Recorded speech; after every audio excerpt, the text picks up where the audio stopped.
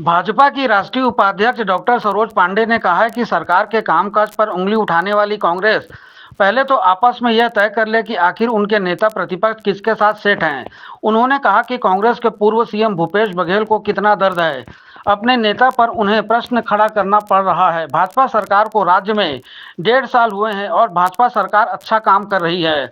Doctor Saroj Pandey ने कहा कि ईडी और आईटी की कार्यशैली पर सवाल उठाने वाली कांग्रेस की अपने आप में उदाहरण है कि इमरजेंसी में उसने क्या किया, पहले उन्हें अपने गिरेबान में झांकना चाहिए। डॉक्टर सरोज पांडे आज आपातकाल के 50 वर्ष पूर्ण होने के मौके पर देश भर में मनाए जा रहे काला दिवस आयोजन के संबंध में पत्रकार वार्ता लेने भिलाई भाजपा कार्यालय पहुंची थी। उन्होंने कहा कि देश ने जो भी आपातकाल झेला है उसे जन जन तक पहुंचाने के लिए भाजपा कल हर स्तर पर कार्यक्रम कर रही है।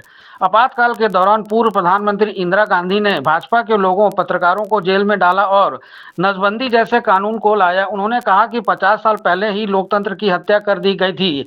आज 50 वर्ष बीतने के बाद भाजपा मीसाबंदियों का सम्मान करने जा रही है।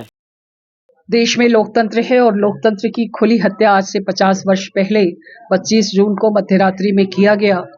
भारतीय जनता पार्टी के हजारों हजार कार्यकर्ताओं ने उन्हें कारावास में डाला गया। देश के कार्यपालिका, न्यायपालिका, विधानपालिका, किसी भी पालिका पर कोई कार्य नहीं हो सकते थे, सब पर सेंसर हो गया था। और सबसे दुर्भाग्य की बात यह थी कि रॉ का उपयोग देश के प्रधानमंत्री ने भारत के अंदर ही खुफियागिरी करने के लिए किया।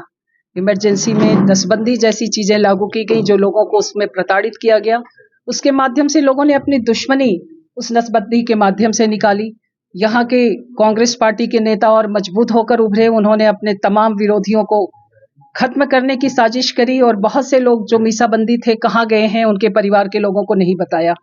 आज 50 वर्ष बीतने के बाद भारतीय जनता पार्टी ने पूरे देश में कार्यक्रम चलाया है कि हम 25 जून को पूरे देश भर में सभी जिले में इस कार्यक्रम को करेंगे और एक सेमिनार के माध्यम से हम इसकी जानकारी नीचे तक लोगों को बताएंगे कि किस प्रकार से तात्कालिक प्रधानमंत्री इंदिरा गांधी ने देश में इमरजेंसी लागू करी और उन्होंने यहाँ पर पत्रकारों के ऊपर उनकी लेखनी को विराम दिया। सेंसर के माध्यम से समाचार पत्रों को बाहर आने की शुरुआत करी, रेडियो से लेकर, चूंकि उस समय तो टीवी था नहीं, इसलिए सभी विषयों को उन्होंने बंद कर दिया था।